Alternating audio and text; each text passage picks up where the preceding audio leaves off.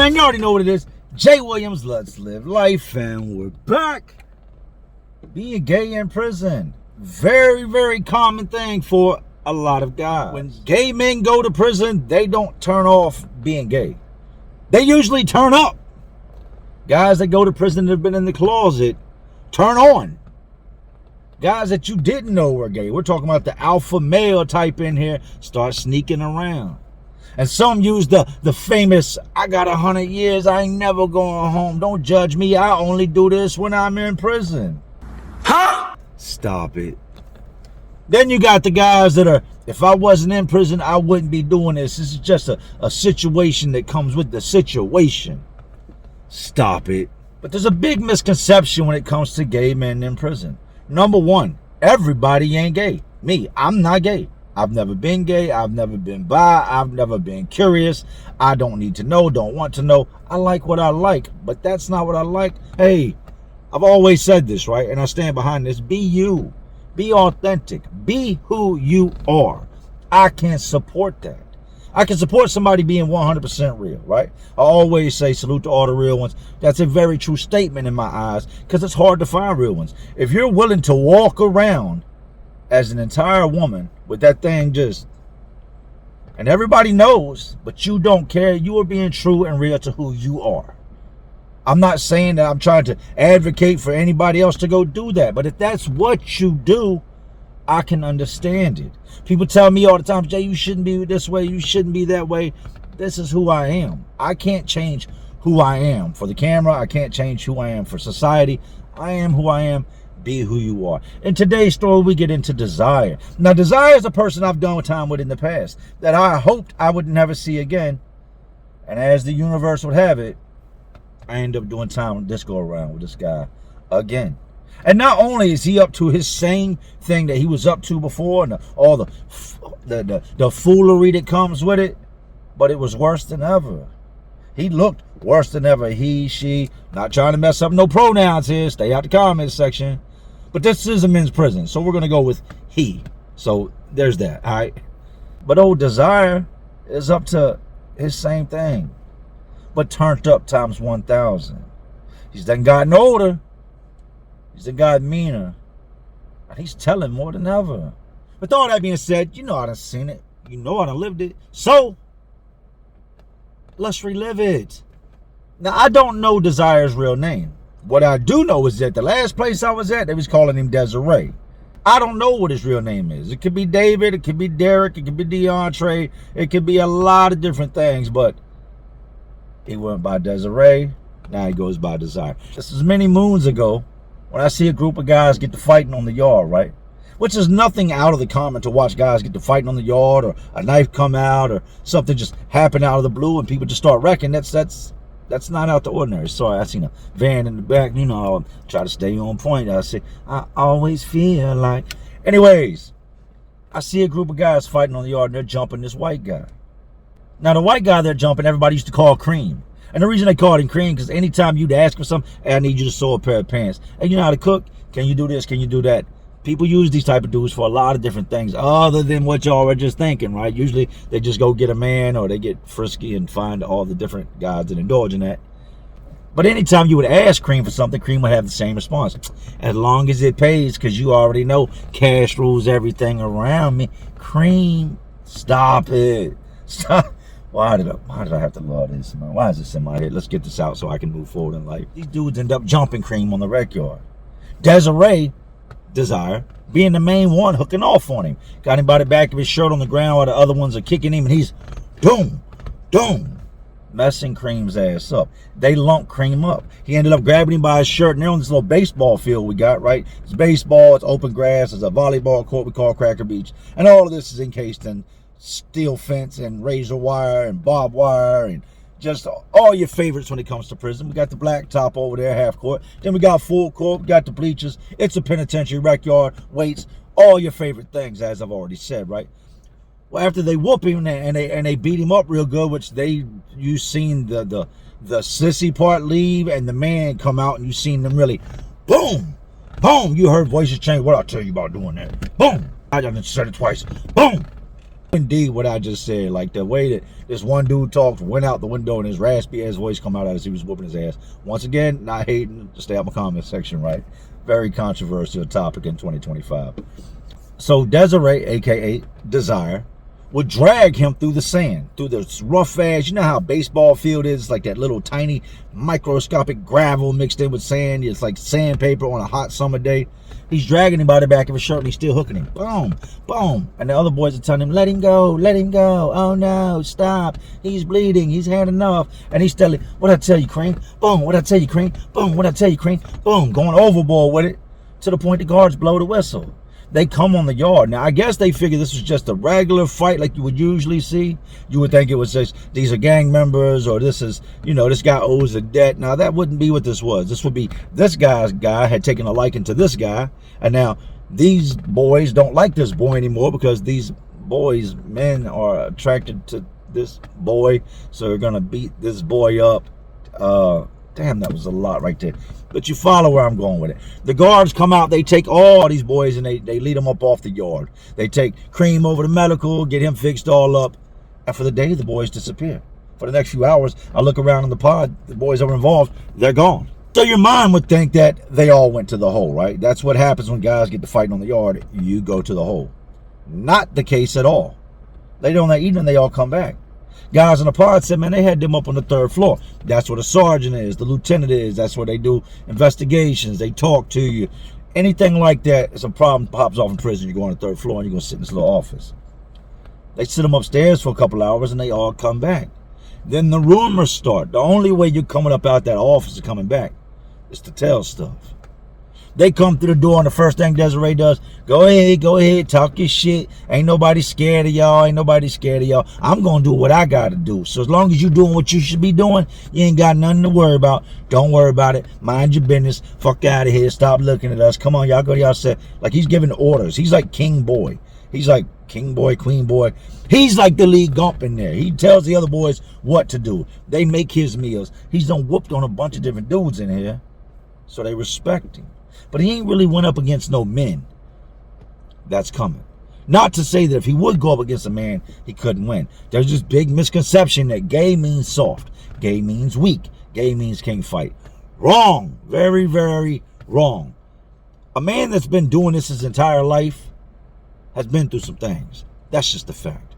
He's done fought. He was probably fighting, if he was doing this as a teenager back then, just behind what he claims to be, represents, or feels he is. He's been fighting. So a lot of guys can miss me with their soft. They're not soft.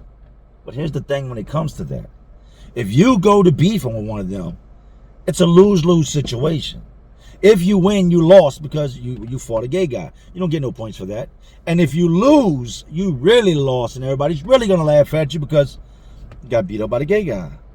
So they go on about their business like nothing even happened. They put Cream back over his building. I guess he says, we had a misunderstanding. It's all good. Shut your bitch up. Yeah, it was just a misunderstanding.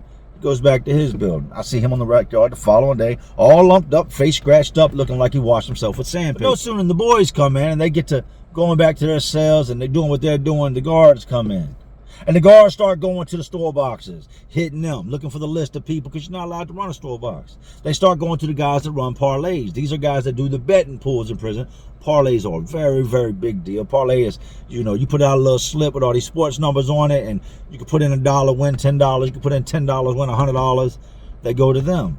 Then they start going to other guys and that guys that are gang recruitment. These boys done went upstairs and they done told everything. Now, I'm not saying all gay guys tell everything, but I'm saying where I was at, these gay guys 100% told stuff and they were protected. So as they're doing this and they're shaking shit down, dudes start to get in their feelings. Man, your gay ass done went upstairs and told everything. That's why they're going to have to leave up out here. And you ain't going to do nothing. You ain't going to do nothing. Your ass is going to jail. You put your hands on me. I'm hearing this. We're all hearing this. In unison, our heads are turning, looking to see who's saying this. And it ain't one dude, it's 2 or 3 of these dudes that are saying, you're not going to do nothing. One of the guards comes out the cells and says, if anybody puts their hands on anybody in here, your ass is going to jail and you know what it's about. Have a good day. Goes on back to shaking down. The sergeant comes in the pod, stands in the middle of the pod, says, who said it? Who's making threats against these people in here saying you're going to do this and doing that? You don't know if they told anything. Y'all making assumptions. Going about your business. Next person makes a noise, goes to the hole. Who's ready to pack that shit up? Everybody. Man.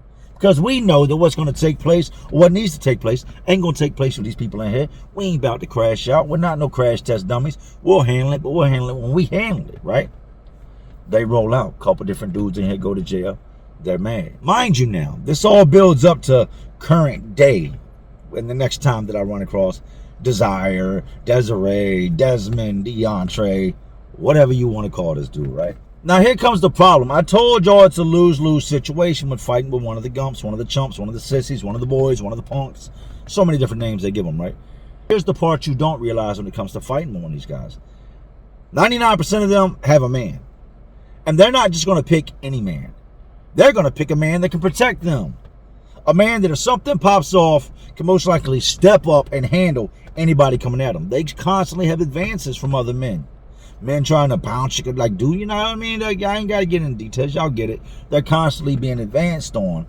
So they have to get with a man that's got, that strikes fear in other inmates. The other inmates are like, oh, man, I ain't trying to fight his ass. So if you go and retaliate against the boy, well, you've got to fight his man also.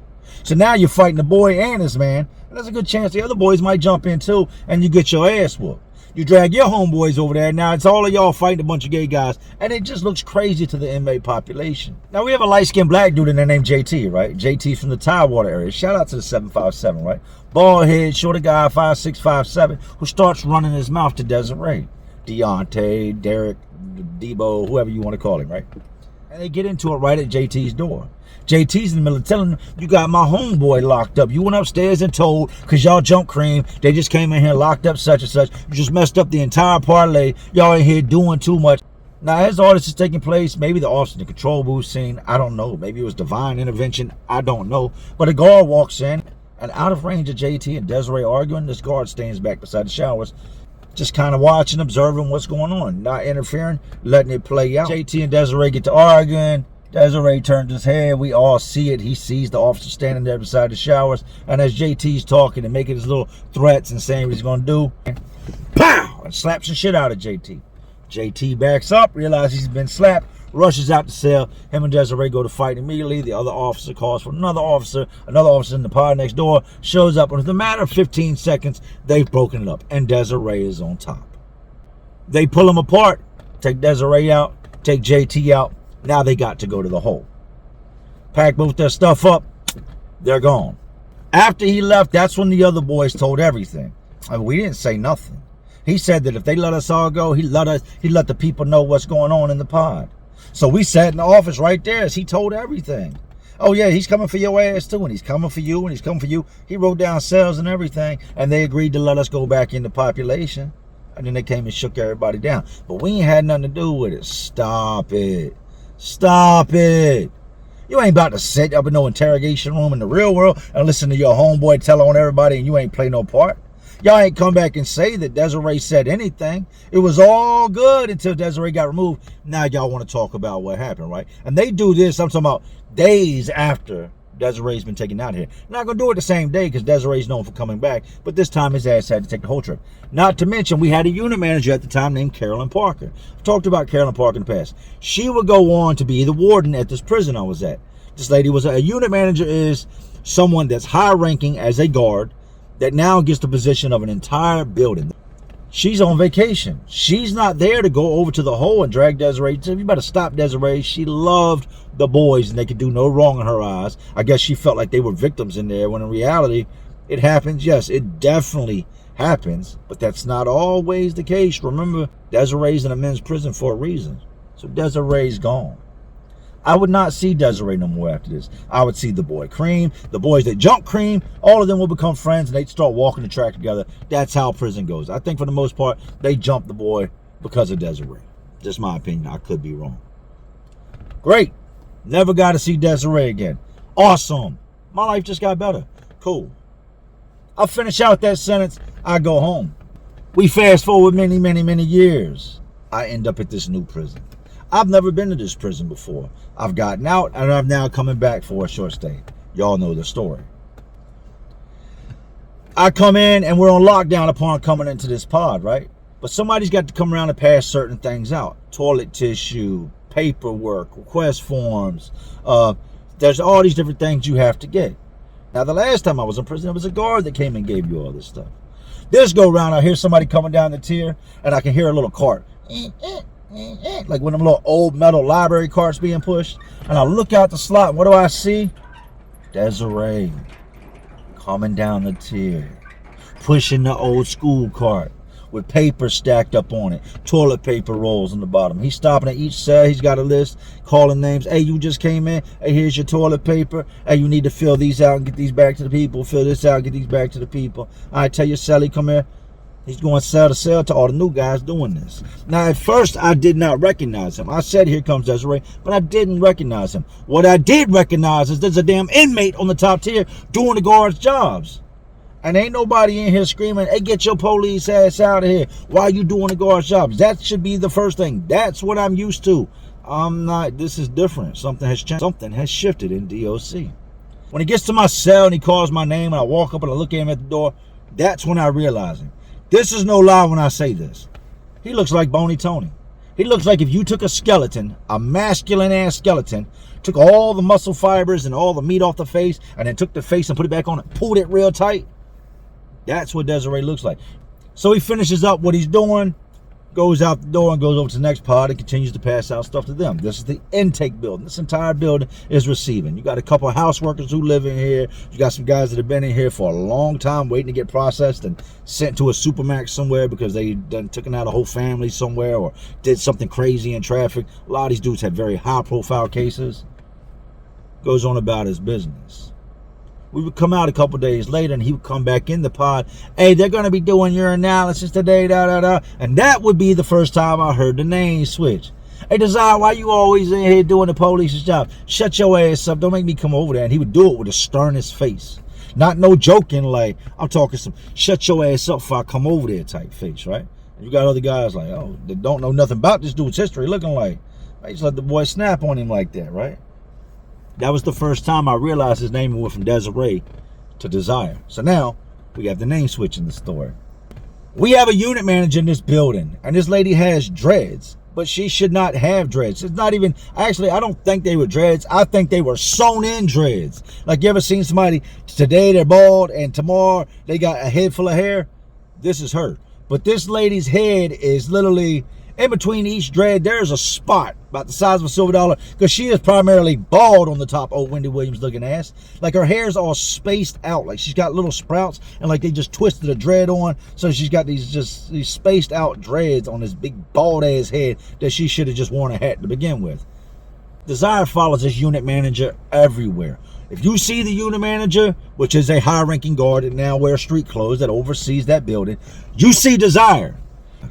Desire is the, hey, she said this. Hey, Desire, I need this. Well, I've already got it for you. Keeps a folder underneath his arm, like real close to the police. Seems very familiar. We've seen it before when it comes to this. I get to talking to some of the dudes in here, and I say, yo, I know that boy, right? And the one dude I'm talking to has been in this pod for years. He's been at this prison for years. He knows exactly who this is. And when I say that, it's not something you should probably say in prison.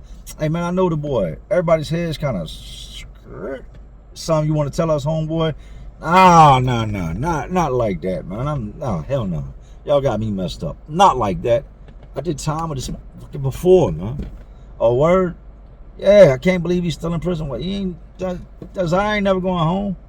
Word, I didn't know nothing about it. No, Desire got bodies. Desire took life in the streets, like several lives in the streets, was on that thug life shit for real, and ain't never going home. Desire got a life sentence. Oh.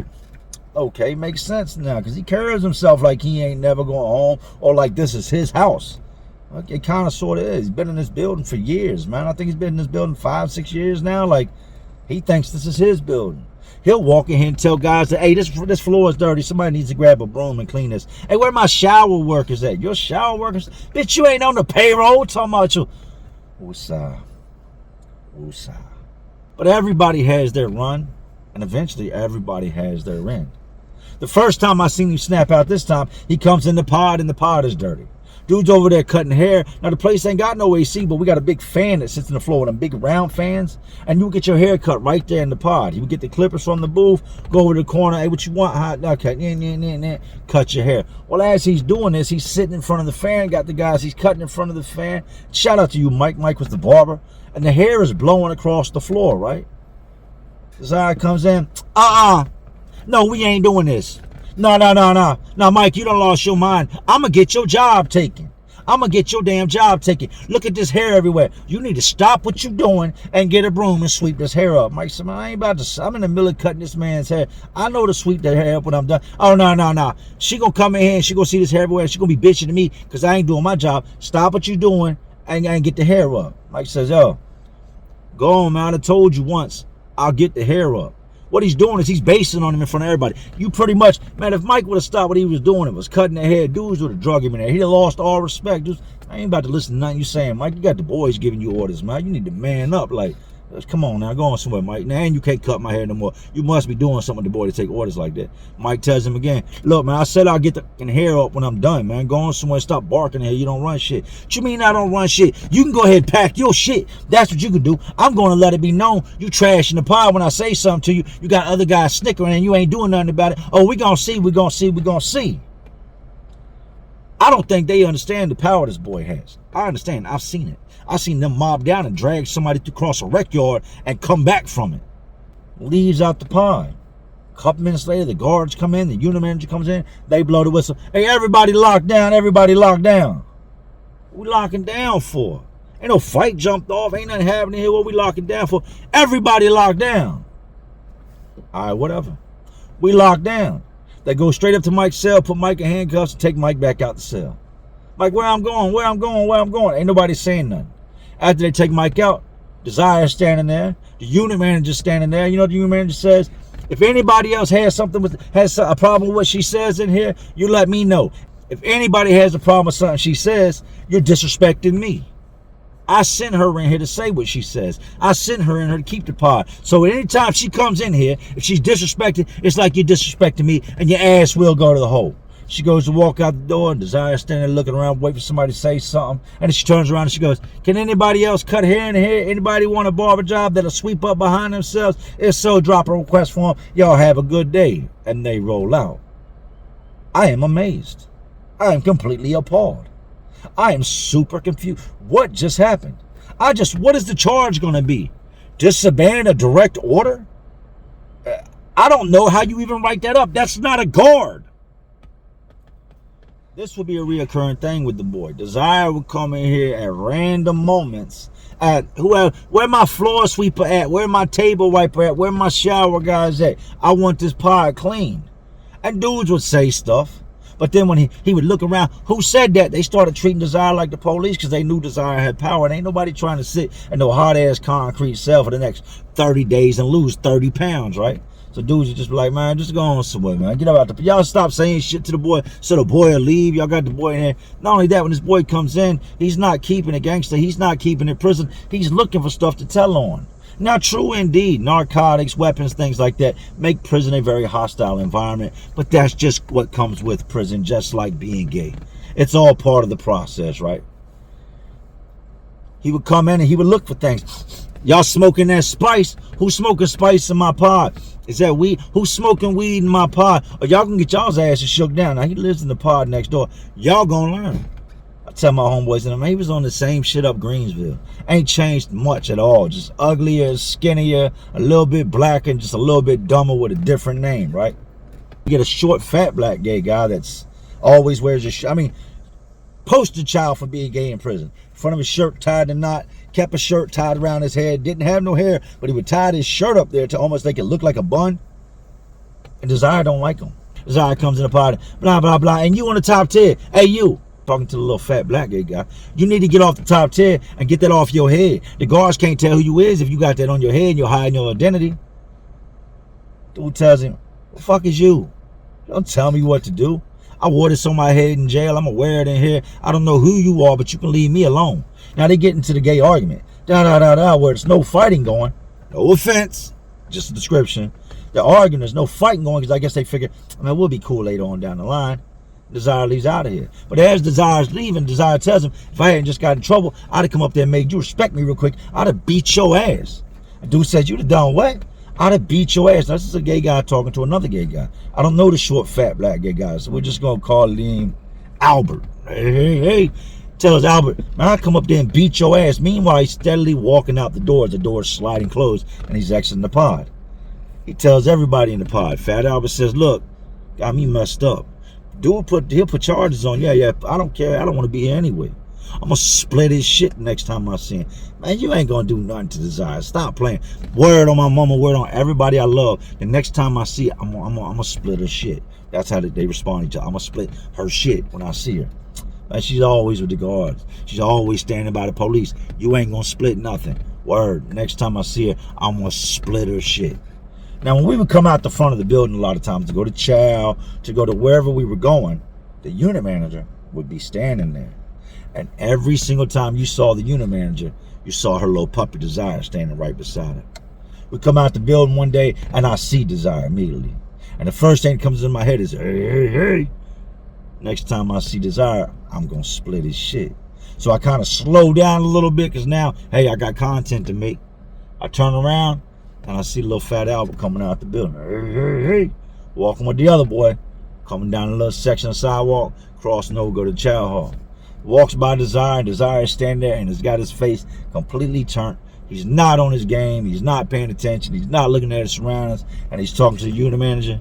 And this boy was like, it was choreographed. He took 2 steps. He got right up beside Desire and did the 2-step shuffle. Took 2 steps to the side so he could get swing on his thing, cock back, and come across. Boom! And catches Desire in the face. Sends Desire backwards, into the grass, and just laying there discombobulated. You ever seen somebody get hit, and upon trying to get up, you realize they still don't know they've been hit? The last thing they remember is whatever they were doing. So they're trying to gain their strength to get up, at the same time trying to figure out how they went down and not realizing there's still danger. And the unit manager goes, stop! And before she could get the whole stop out and Desire could get up off the ground, hey, went over, mounted, got on top, and just doom.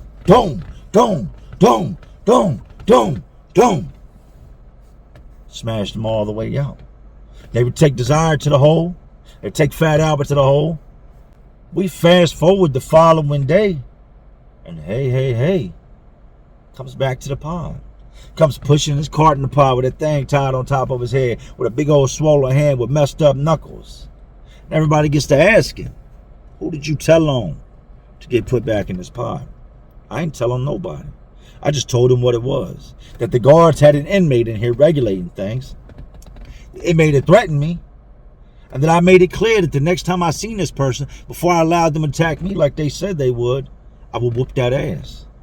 The people higher than the unit manager, I don't know if this is assistant warden, whoever, warden, whatever, investigators go and roll back the footage. As I've told you, them cameras in there work very well.